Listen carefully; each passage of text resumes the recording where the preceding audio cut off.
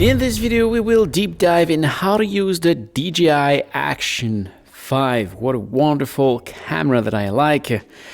First thing first, let's turn on the camera. Use that power button on the side, and there we are.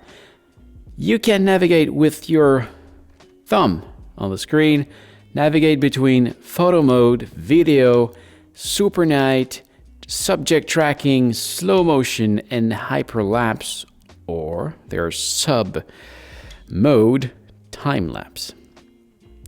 Let's start with photo. On every mode, you have access to some features. If you swipe up, you generally have access to like this aspect ratio, format, number of picture per second, those kind of thing. On here, you can choose if you want to be wide or standard, or there's another super wide or something like that.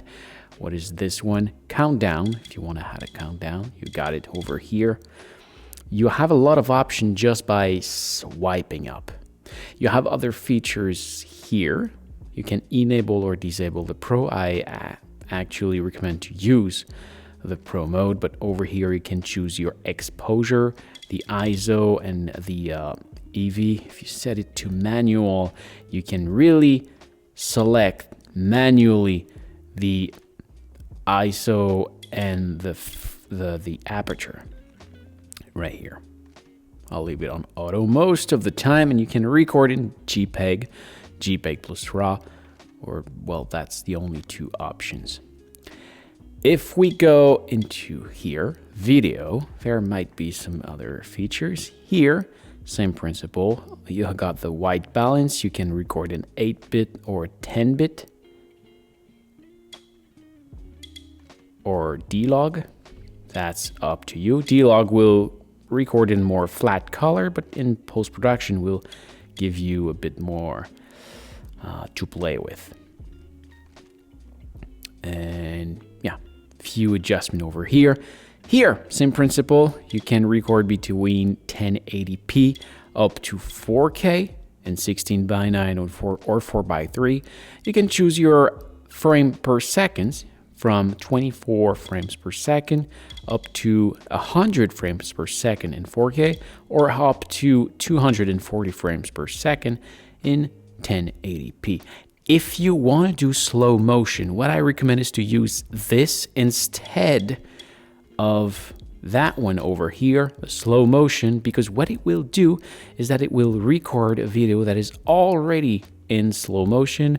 The problem you have with this is that there is no audio. The audio will be on a separate track. So personally, I record here in higher frame rate, and in post-production will slow down that recording. So 4K, 16:9, 30 frames per second. This is what I use personally. Then over here, you can go between standard, DWARP. This is the one that I use the most because there is almost no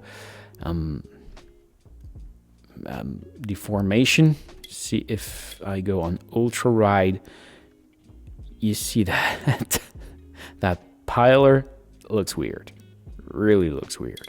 So I'll leave it on standard DWARP. Then on the left, you got the stabilization. So you can go off and it will be very shaky if you move it like that.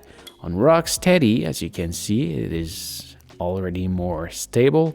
You got rock steady plus, that is even more stable. And there's also the horizon balance that make it, you can move it to the side and it remain balanced. If you select that option and over here you lock the orientation lock, you can even, no, there's something, I think it's a 1080p. There's something with that. You can go all the way around. I don't remember where this is, but you can set the camera horizon balance. Oh, horizon steady. Yeah, I got it. Probably in 2.7K. You can also do that. Can we do that? horizon steady. Yes, in 2.7K you can do that. So you can flip the camera in reverse. Why are you doing this? Okay, like that.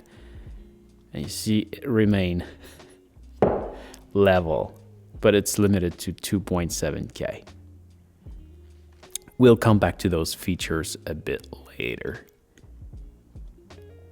All right. You can see the video and the photo you took with the play button over here. And was there something else to see here? Oh, you got the zoom. If you hold your thumb over here and then do that, you can zoom in. But don't forget, this is a digital zoom. I personally recommend to never use that and do your zoom in post-production. It will look better and you will not losing the ability to finally not zoom. If you don't like, you can just zoom later. Then super night, it's the very same thing as the video mode, but it's optimized for the night. That's it. There's nothing more to say about it. The subject tracking will create a portrait video mode into that huge screen, and basically if there's a subject into that rectangle, it will follow it into the screen. Not something that I use. Slow motion, like I said, I'm not using it. I prefer to record at a higher frame rate and slow it down in post-production, but if you'd like to use it, you can do it. Again, it's a bit the same principle when you want to choose the option over here. And finally, there's the time-lapse and the hyperlapse. Those two mode here. A time-lapse is an accelerated scenes of, well, you leave the camera just like that. It will record a picture actually on this one, we can swipe up again. So you can choose the interval. For example, every 2 seconds means one picture every 2 seconds. And you can set a limit time for doing it. So for example, 20 minutes. And it tells you here that it will create a video of 20 seconds. If I go at 3 seconds, a picture at every 3 seconds, I'm gonna have a 13 seconds video, but I can also set it to unlimited. So it will record until the SD card is full. There we go. Then, what else do we have here? Yeah, I said the time lapse is what I've just explained. And you got also the hyperlapse, which is basically a time lapse when you are moving. So you can record while you're walking. You can set it on your windshield of your car to record the road, and it will stabilize your moving motion. Can be interesting in a lot of situations. And that's what we have. Next thing, the record button. So if I hit it just right now, I'm recording. You've got the timer over here, and when you stop it, it stops. But one interesting thing is that if I power off the camera by holding that quick shut button, I can use the record button while the camera is off. So I hit that button, the camera goes on, and if I press it again, I will have two options: doing nothing or let it go. So if I let it go, I will have this notification that if I don't do anything, the camera will go off. And the camera go off. And if I want to leave it open, I will have to hit that power button.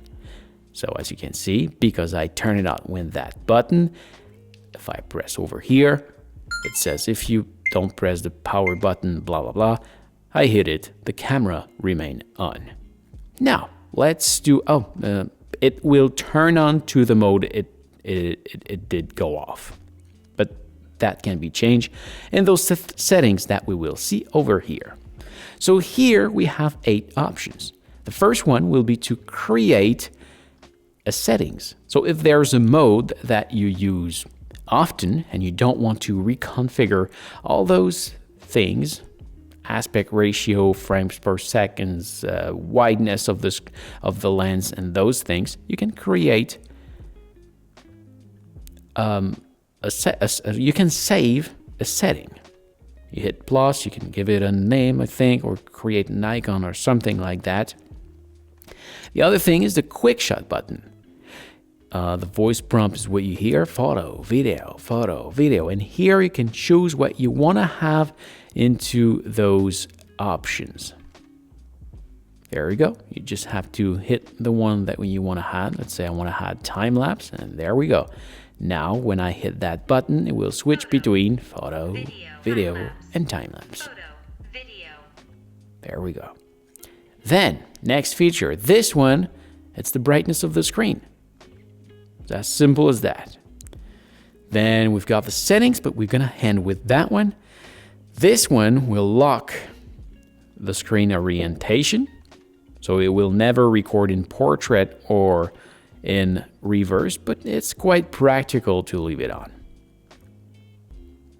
This one will lock the screen, so basically you can't do anything from there unless you swipe to unlock the screen. Hello, there we go. Then you've got this mode to enable voice control. And finally, this one, it's the screen in the front. So as you can see right now, it's in 16:9, but you can also set it in full screen to have more, well, to fill more of the screen. The thing is that you lose a bit of image right here and right here, but it's still recorded. Personally, I like to set it into that mode, so if I look at the front screen, I can really see my framing. And there's a page on the right that tells you the remaining space on your SD card and into the internal memory. You can format your memory card by clicking on Storage and Format. Let's go into the settings over here. What do we have? Snapshot, that's what I said. When it's off, it will go back to the last settings, but you can say that, no, I always want to go in video. Then you've got single screen preview, screen off when locked. Never use that one, sorry. Wireless mic, this is where you go if you want to connect DJI mic 2. FOV boost lens, that's another lens that I don't have with me, but if you install it, you need to enable that feature. Voice control that we already see. There's a way that I did not try it, but it can show you the altitude or the deepness into water that you are. That camera have those kind of sensor, it seems. And always on display if you want to keep the screen on all the time, but you have another one here when you record. Can go off after 5 seconds or never, or up to 2 minutes, or only 15 seconds, or only 30 seconds. That's some features that you have over here. What else? Built-in mic audio backup. This is something that I like. So when I do record with a wireless mic, in case there is something that goes wrong with that microphone, I will have another audio track recorded into the memory. I always enable this. Timer shooting, you can schedule a time, the duration, and a repeat so that the camera turn on by itself and record something.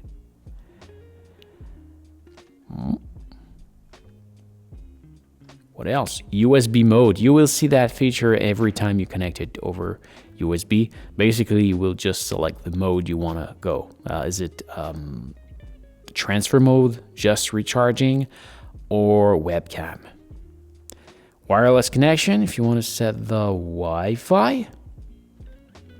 You can choose the bit rate over here, the sound, if you want to enable a grid, synchronize the time code, the naming management, those kind of thing. A calibration, we don't need to go into that, but that pretty much does the tour of the camera.